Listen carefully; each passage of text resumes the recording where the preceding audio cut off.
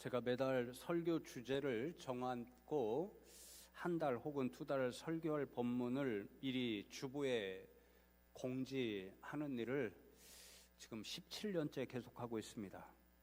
시간이 갈수록 주제와 말씀 정하기가 점점 더 어려워집니다. 이번 달에도 매우 힘이 들었는데요. 그래서 집사람에게 밤 농담으로 무슨 주제의 말씀을 듣고 싶으십니까? 이렇게 물어보기도 하였습니다. 그런데 고민하다가 이번 명절에 가족과 함께 예배 드린 그 장면을 생각하게 되었고, 그것과 관련해서 이제 이번 달 설교 주제를 정하게 되었습니다. 명절 예배 드릴 때에 주로 여러분에게 만들어 드리는 예배 순서지를 사용하는데, 가끔은 제 관심과 저희 가정 형편에 따라 그래도 목사니까 제가 원하는 본문, 필요한 본문을 가지고 말씀을 전하며 예배를 드리고는 합니다.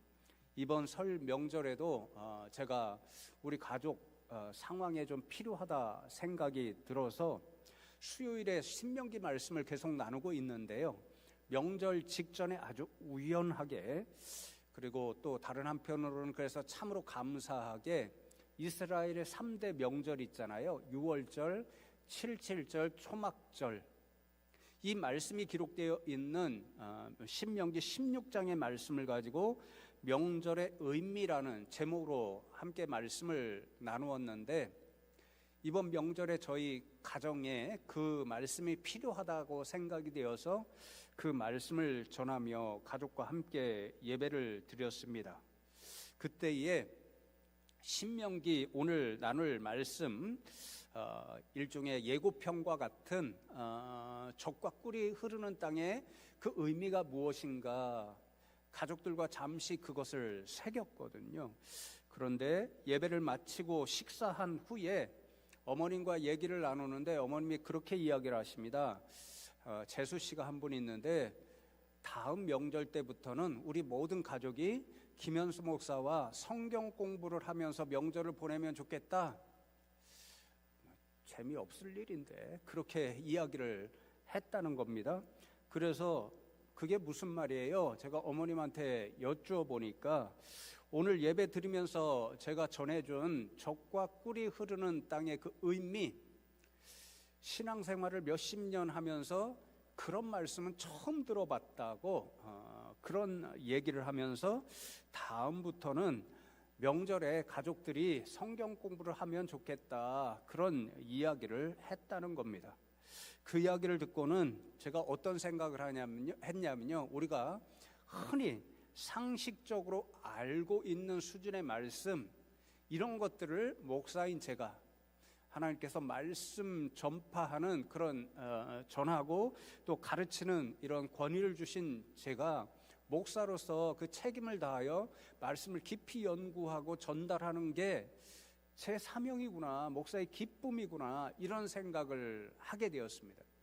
그래서 이번 한 달 동안에는 저와 여러분이 상식적으로 알고 있다고 생각하지만 어쩌면 성경의 전후 맥락을 연구해 보면 잘못 알고 있는, 그래서 오해하고 있는 말씀일 수도 있는 그런 말씀들을 선택해서, 특별히 이제 빌립보서 4장 13절 같은 경우도 우리가 너무 오해해서 사용하는 말씀 가운데 하나인데요, 그러한 본문을 선택해서 성경 공부하는 것처럼 좀 더 깊이 알고 이해하고 깨닫는 그런 말씀을 여러분과 함께 나누고자 합니다. 오늘은 함께 읽은 신명기 11장의 말씀에 등장하는 젖과 꿀이 흐르는 땅, 이것에 대한 말씀을 함께 나누기를 원하는데요, 하나님께서 애굽에서 종살이하고 있던 이스라엘 백성들을 불쌍히 여겨서 그 포로됨으로부터 건져주신 후에 그들에게 주시겠다고 약속하신 땅, 가나안 땅을 젖과 꿀이 흐르는 땅이다, 그렇게 말씀하시잖아요. 그래서 이 젖과 꿀이 흐르는 땅, 그것만 생각하면 이스라엘 백성들이 가슴이 저절로 뜨거워지는 그런 약속의 말씀이었고, 오늘날 신앙생활하는 저와 여러분에게도 이 말씀이 매우 중요하게 여겨지는 그런 말씀이라서 저도 설교할 때에 의식적으로 때로는 무의식적으로도 많이 사용하는 말이 젖과 꿀이 흐르는 땅, 이 말씀입니다. 또 가만히 제가 이제 이 자리에 앉아서 여러분이 기도하는 음성을 들으면 우리 성도님들도 이 말씀을 매우 중요하게 생각해서, 사실은 구약 성경에 딱 19번인가 20번밖에 나타나 있지 않거든요, 성경 전체에. 그리고 대부분이 출애굽기, 민수기, 신명기에만 나타나 있는데 너무도 중요하게 생각되니까 여러분 기도하실 때도 참 많이 사용하는 것을 보게 됩니다. 그런데 여러분 묻겠습니다. 여러분이 이 젖과 꿀이 흐르는 땅, 이 땅을 성경에서 읽을 때나 혹은 저의 설교를 통해서 들을 때나 혹은 여러분이 기도할 때에 사용하실 때 여러분이 생각하고 있는 젖과 꿀이 흐르는 땅은 어떤 땅인가요? 젖과 꿀이 흐르는 땅을 어떤 의미로 생각하면서 여러분은 사용하시고 말씀하고 계신가요? 저도 그렇고 여러분도 그렇고 우리가 젖과 꿀이 흐르는 땅, 이 말씀을 생각할 때 흔히 그 의미를 어떤 생각, 어떤 관점에서 새기냐면요, 물질 생활 혹은 경제 생활의 관점에서 새기게 됩니다. 그런 생각을 가지게 되면 젖과 꿀이 흐르는 땅은 너무너무도 부러운 아주 모든 것이 풍요로운 땅, 그것을 뜻합니다. 저와 여러분이 흔히 그렇게 생각하고 있는 거죠. 사실 그런 의미가 아예 없는 것은 아닙니다. 이 젖과 꿀은요, 이스라엘 나라에서 가장 중요한 두 생업, 오늘도 살아가면서 경제생활, 일상생활을 책임질 생업 두 가지를 의미합니다. 상징적으로 의미하죠. 문법적으로는 제휴법이라고도 이야기하는데요, 젖은요 목축입니다.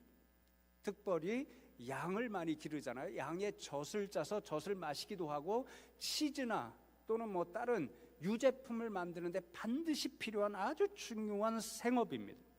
꿀은 이 석청을 세례 요한이 먹고 살았다고 그러잖아요. 광야에서. 광야에 그런 자연적인 꿀도 있지만 그런 꿀은 풍족하지 못하고, 꿀의 또 다른 의미가 뭐냐면요, 아주 다른 과일, 우리가 잼 같은 거 만들면 엄청나게 달잖아요. 특별히 이 지역에서는, 이스라엘 백성들이 살아가는 지역에서 가장 중요한 과일은 포도입니다. 포도. 그것을 이야기합니다. 그리고 흐른다는 말은요, 원어를 찾아보니까 무엇인가 속으로부터 너무도 많아서 넘쳐나서 밖으로 흘러나는 것입니다. 우리가 큰 그릇에 물을 받기 위해서 호수를 물에 담궈 놓으면요, 나중에는 물이 콸콸콸 넘쳐나잖아요. 흐른다는 뜻이 그 말입니다. 그러니까 젖과 꿀이 흘러 넘치는 땅, 그 땅이라면 가나안 땅, 그 땅이 젖과 꿀이 흐르는 땅이라면 가나안 땅은 세상에서 아마 우리가 생각하기에 가장 비옥한 땅, 가장 농사를 지으면 잘 되는 땅, 또 가축을 기르면 풀이 많아서 너무도 가축이 잘 자라는 땅, 모든 것이 비옥하고 풍요로운 땅. 그래서 어떤 사람은 그렇게 적었더라고요. 나궐이 아닐까, 그렇게 생각하기 쉽습니다. 일면 맞기는 하지만 우리가 가나안 땅을 젖과 꿀이 흐르는 땅이라고 할 때 그런 의미로 새긴다면 성경에서 말씀하시는 젖과 꿀이 흐르는 땅과는 그 의미가 매우 멉니다. 사실 하나님께서 이스라엘 백성들에게 주신 가나안 땅, 그 땅은요, 우리가 지리적으로나 기후적으로 생각할 때에 우리가 지금 생각하는 비옥하고 풍요로운 땅이 아닐 수 있습니다. 우리가 잘 아는 것처럼요, 그 땅은 지리적으로 사막이 많습니다. 여러분 들어보셨죠? 네게부 사막이라고. 지금 이스라엘 나라가 살고 있는 거의 60%, 절반이 넘는 곳이 그런 사막 혹은 준사막 지역입니다. 그리고 우리가 그런 찬양하죠. 이 산지를 내게 주소서. 하나님이 갈렙에게 주신, 그들의 기업으로 주신 헤브론이 산지입니다. 근데 헤브론과 같은 산지는요, 이스라엘 북서쪽이거든요. 조금 이따 나오겠지만 거기는 골짜기, 계곡이 많습니다. 그렇게 풍요로운 평지의 땅이 아닙니다. 주로 석회질로 되어 있습니다. 그러니까 좋은 땅이 결코 아니죠. 그리고 기후적으로는 1년 가운데 약 6개월 동안이 비가 거의 내리지 않는 건기가 있습니다. 그러니 여러분, 우리가 적과 꿀이 흐르는 땅을 아주 비옥한 땅, 그래서 모든 것이 잘 되는 풍요로운 땅으로 생각한다면 잘못 생각하고 있는 거죠. 오해하는 것입니다. 그러면 도대체 하나님께서 이스라엘에게 주신 이 가나안 땅, 그 땅이 적과 꿀이 흐르는 땅이라고 말씀하셨는데 그 의미가 무엇일까요?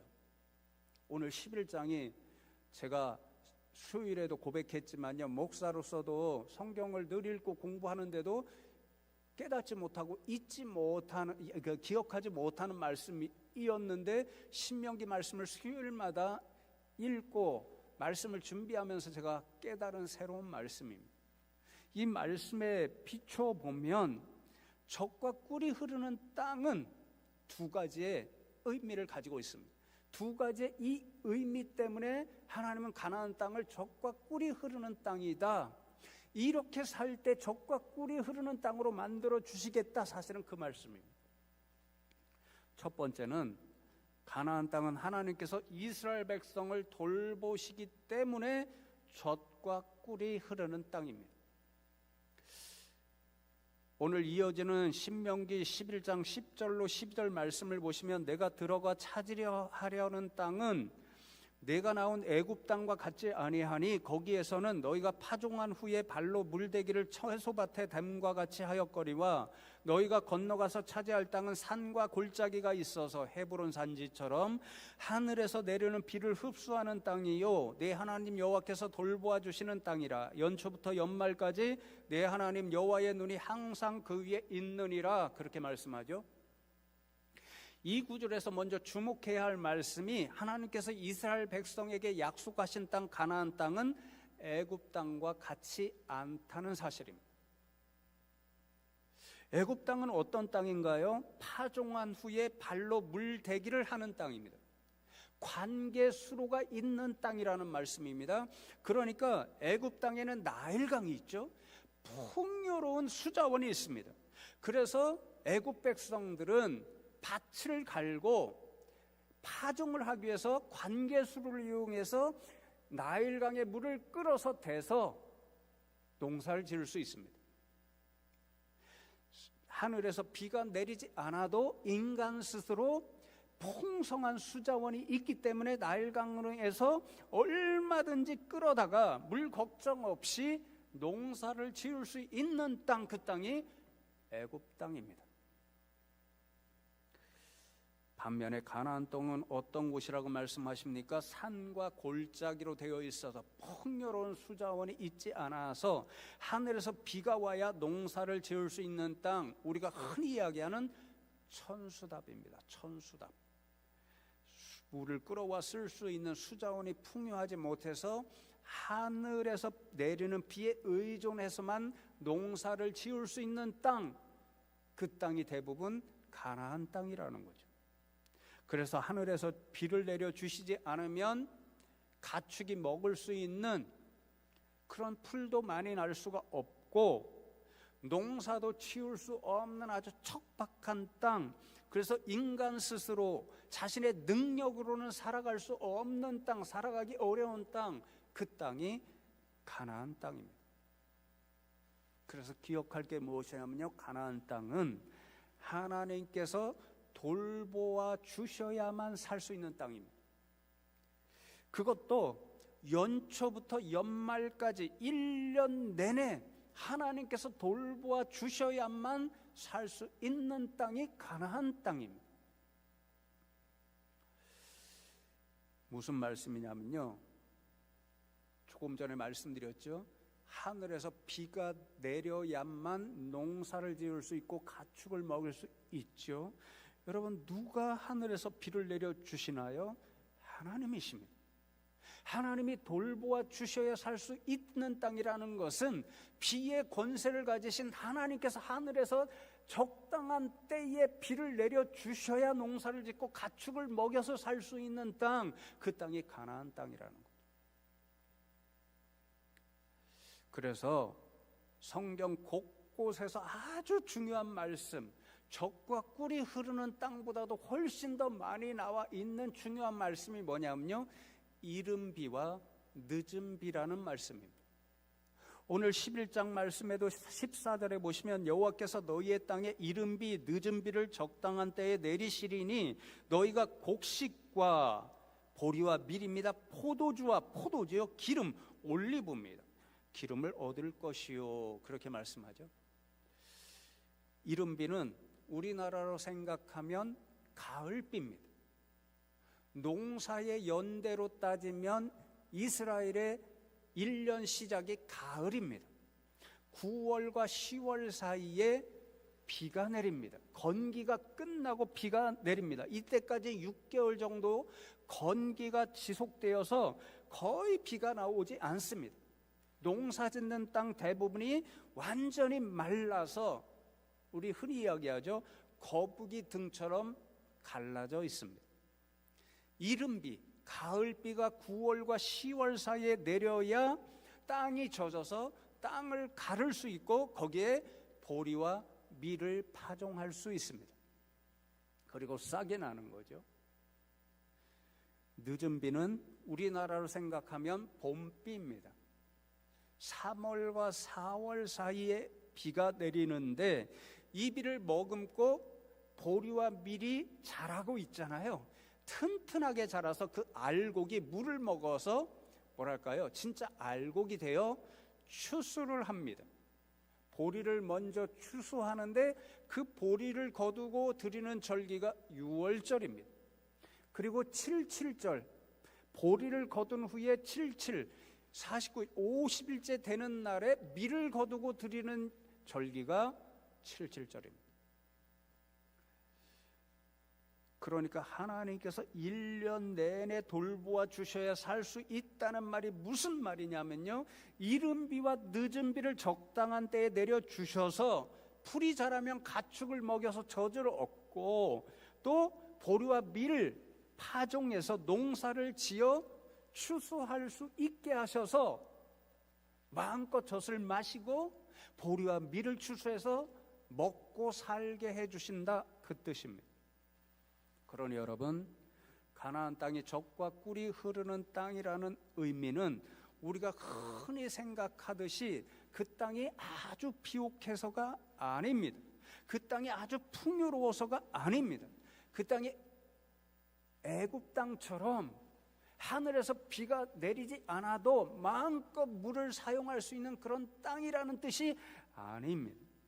그 땅이 젖과 꿀이 흐르는 땅이라는 뜻은 하나님께서 1년 내내 보살펴 주셔야만 살 수 있는 땅이라는 말씀입니다.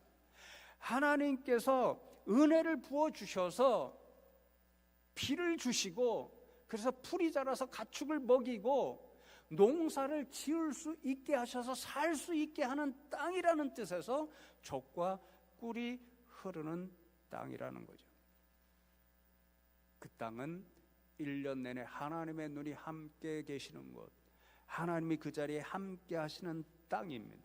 그 땅은 1년 내내 하나님께서 이스라엘 백성과 함께 하시며 동행하시는 땅입니다. 함께 하시면서 1년 내내 늦은 비와 이른 비의 은혜를 주시는 땅입니다. 그래서 하나님 없이는 결단코 살 수 없는 땅, 이스라엘 백성들이 하나님만 바라보고 의지해서 눈을 들어 하늘만 바라보고 살아야 하는 땅, 그 땅이 가나안 땅이요, 하나님 때문에 젖과 꿀이 흐르는 땅입니다. 성도 여러분, 다시 한번 묻겠습니다. 여러분은 여러분 스스로 물을 마음껏 얻을 수 있는 애굽의 땅, 여러분 능력으로 걱정 없이 얼마든지 살아갈 수 있는 그런 땅을 원하시나요? 아니면 하나님이 비를 주시지 않으면 살 수 없는 가나안 땅, 여러분의 능력으로는 한순간도 살 수 없는 그 사실을 깨닫는 그런 땅을 원하시나요? 어느 땅을 선택하시겠습니까? 말씀을 준비하면서 제 자신에게 솔직히 물어보았습니다. 참 아이러니하게도요, 제가 정말 원하고 바라고 간절히 기도하는 제목을 가만히 살펴보니까 제가 바라고 기도하는 기도의 제목이 가리키는 땅은요, 가나안 땅이 아니더라고요. 애굽 땅이더라고요. 지금 뭔가 부족해서 간절히 기도하고 있는데, 하나님께 기도하고 있는데요, 그 기도 제목이 다 이루어지면요, 그곳은 가나안 땅이 아니더라고요. 제가 지금 가나안 땅처럼 느껴서 하나님 앞에 간절히 은혜를 사모하면서 기도하고 있는데, 너무 아이러니하게도 그 기도의 제목이 이루어지면 저는요, 가나안 땅에서 살고 싶은 것이 아니라 애굽 땅, 제가 모든 것을 할 수 있고 부족함 없고 풍족하게 살 수 있는 그 애굽 땅을 저는 원하고 있더라고요. 너무 아이러니한 것 아닙니까?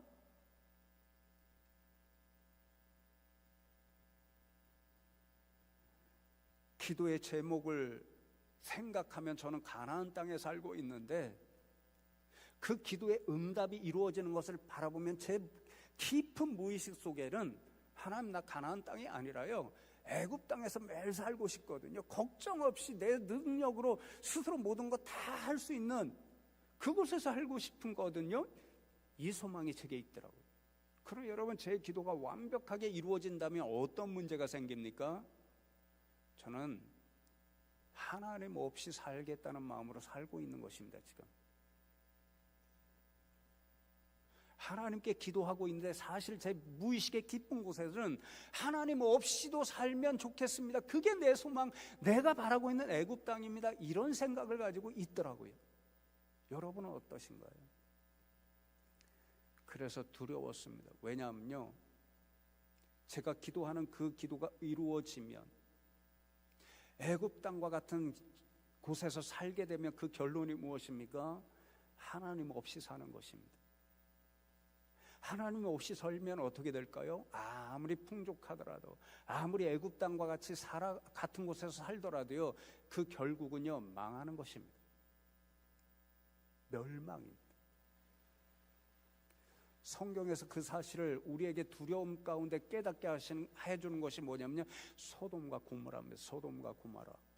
창세기 13장 말씀에 보면 아브라함과 조카 롯이 하나님께서 불러주셨을 때에 그 고향에서 아브라함이 나올 때에 조카 롯과 함께 나왔잖아요. 그래서 함께 살아갑니다. 근데 점점 더 부자가 되잖아요. 가축이 많아지잖아요. 그러니까 두 집안이 함께 살기가 어렵습니다. 그 땅이 비좁습니다. 그래서 날마다 종들 사이에 다툼이 일어납니다. 그러니까 아브라함이 이렇게 살아서는 안 되겠다 생각해서 하루는 조카 롯을 불러내죠. 롯아, 우리가 같이 살기에 이 땅이 비좁으니까 내가 먼저 선택하거라. 내가 좌로 가면 나는 우로 갈 것이고, 내가 먼저 우로 가면 나는 좌로 갈게. 그렇게 이야기합니다. 조카 롯이 먼저 멀리 바라보면서 땅을 선택하죠. 그 땅이 어디였습니까? 소돔과 고모라였습니다. 왜 그랬을까요? 창세기 13장 10절 말씀에 보면, 이에 롯이 눈을 들어 요단 지역을 바라본즉 소알까지 온 땅에 물이 넉넉하니 여호와께서 소돔과 고모라를 멸하시기 직전이었으므로 여호와의 동산 같고 애굽 땅과 같았더라. 소돔과 고모라 온 땅에 물이 넉넉했다. 그래서 에덴 동산과 같았고 애굽 땅과 같았다. 여러분, 여기 놀라운 말씀이 있죠. 애굽 땅을 사람들이 생각할 때 무엇과 똑같았다는 것입니까? 에덴 동산 그 낙원과 똑같이 생각했다는 것입니다. 물이 넉넉했으니까요. 하나님 없이 하늘을 바라보지도 않고 사람 스스로 물을 해결하고 모든 농사일을 해결할 수 있으니까 에덴 동산 같았다, 이런 거죠. 그런데 롯의 눈에 보기에 소돔과 고모라 땅이 하나님의 비를 내려주시지 않아도 아무 걱정 없이 가축을 먹일 수 있다고 생각했기 때문에, 물이 넉넉했기 때문에 그의 판단 기준이 거기에 있었고, 그래서 소돔과 고모라를 선택했습니다. 그런데 롯이 그런 판단 기준을 가지고 소돔과 고모라를 선택했을 때 보지 못한 너무도 두려운 사실이 있었습니다. 이어지는 창세기 13장 13절 말씀을 보면 소돔 사람은 여호와 앞에 악하며 큰 죄인이었더라. 롯의 판단 기준은 물이 넉넉한 그 사실, 에덴 동산 같고 애굽 같은 그곳, 그래서 소돔과 고모라를 선택했는데 거기에 하나님 없이도 살 수 있는 그곳은 악한 세상이라는 것, 그래서 곧 멸망할 땅이라는 것을 그는 보지 못했습니다. 그래서 어떻게 되었나요? 그는 멸망의 땅인지도 모르고 그곳에 살았고, 결국 소돔과 고모라 백성이 하나님 앞에 너무도 악했기 때문에 멸망하고 말았습니다. 그러나 성도 여러분, 이런 사실을 생각할 때 정말 우리가 바라고 소망해야 할 젖과 꿀이 흐르는 땅이 어떤 땅이어야 할까요? 애굽 땅이어야 할까요? 하나님 없이도 우리가 원하는 거 다 할 수 있고 원하는 거 다 얻을 수 있고 마음대로 풍요롭게 사는 그런 땅이어야 할까요? 아닙니다. 오늘 말씀에 비추어 보면 우리에게 진짜 젖과 꿀이 흐르는 땅은요, 하나님이 없이는 살 수 없는 그 땅입니다. 하나님이 1년 내내 우리와 함께 해 주셔야 살 수 있는 그 땅이 진짜 우리에게는 젖과 꿀이 흐르는 땅입니다. 하나님께서 1년 내내 우리와 함께 해주시고 우리와 동행해 주시는 것, 하나님께서 그래서 필요에 따라 우리와 이른 비의 은혜, 늦은 비의 은혜를 부어주시는 것, 그래서 한순간도 하나님이 없이는 우리 스스로 살 수 없는 것, 눈을 들어 하나님만 바라보고 의지하며 살아가야 하는 그 땅, 그 땅이 우리에게는 진짜 가나안 땅이요, 젖과 꿀이 흐르는 땅인 거죠. 할렐루야 찬양하세, 내 모든 죄 사함 받고 주 예수와 동행하니 그 어디나 하늘나라. 하나님 없이 우리가 모든 걸 할 수 있는 애굽 땅, 우리가 바라볼 때 모든 것이 넉넉해서 하나님 없이도 우리가 원하는 모든 것을 누리며 살 수 있는 그 땅, 그 땅이 하늘나라가 아니라 날마다 하나님께서 그 눈으로 우리를 보살펴 주시고 우리를 돌보아 주시고 매일같이 우리와 동행하시고 예수님이 우리와 24시간 함께 하시는 그곳, 그곳이 하늘나라요, 그것이 우리에게 진짜 젖과 꿀이 흐르는 땅인 줄로 믿습니다. 바라기는 여러분의 모든 삶의 영역이 이렇게 하나님이 돌보아 주셔서 젖과 꿀이 흐르는 땅이 되기를 바랍니다. 두 번째로, 가나안 땅은 하나님의 말씀대로 순종하여 살기 때문에 젖과 꿀이 흐르는 땅입니다.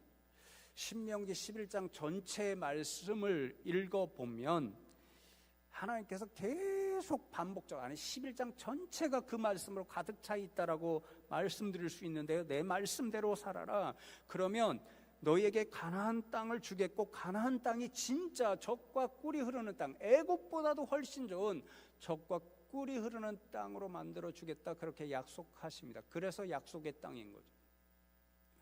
제가 그냥 말씀 그대로 읽어드리는 것이 좋겠습니다. 이제 문학적으로 시작과 끝이 동일한 것이 수미상관이라고 그러잖아요.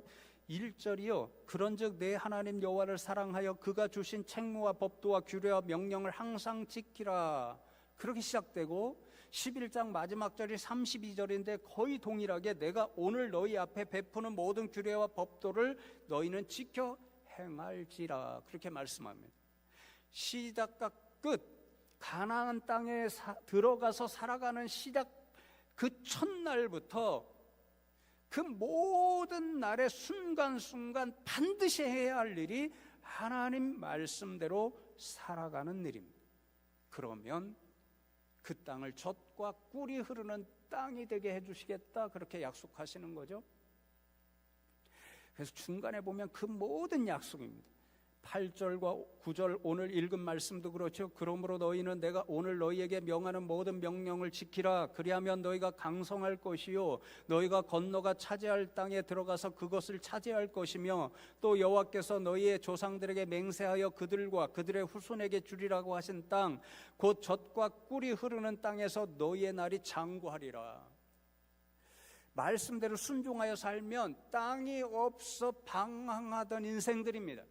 히브리란 말이요, 땅이 없이 돌아다니면서 방황하며 살던 민족이라는 뜻입니다. 그러니까 땅을 가지는 것, 기업을 가지는 것이 그들에게 가장 간절한 소망이었습니다. 그들에게 하나님께서 가나안 땅, 약속의 땅을 주셔서 영원토록 살게 해 주시겠다라고 말씀하십니다. 그들의 가장 간절한 소망을 이루어 주시겠다라는 약속의 말씀인 거죠. 어떨 때요? 말씀대로 순종하여 살면. 이어지는 13절로 17절 말씀을 보시면, 내가 오늘 너희에게 명하는 내 명령을 너희가 만일 청종하고 너희의 하나님 여호와를 사랑하여 마음을 다하고 뜻을 다하여 섬기면 여호와께서 너희의 땅에 이른비 늦은 비를 적당한 때에 내리시리니 너희가 곡식과 포도주와 기름을 얻을 것이요 또 가축을 위하여 들에 풀이 나게 하시리니 내가 먹고 배부를 것이니라. 너희는 스스로 삼가라. 두렵건대 마음에 미혹하여 돌이켜 다른 신들을 섬기며 그것에게 절함으로 여호와께서 너희에게 진노하사 하늘을 닫아 비를 내리지 아니하여 땅이 소산을 내지 않게 하심으로 너희가 여호와께서 주신 아름다운 땅에서 속히 멸망할까 하노라.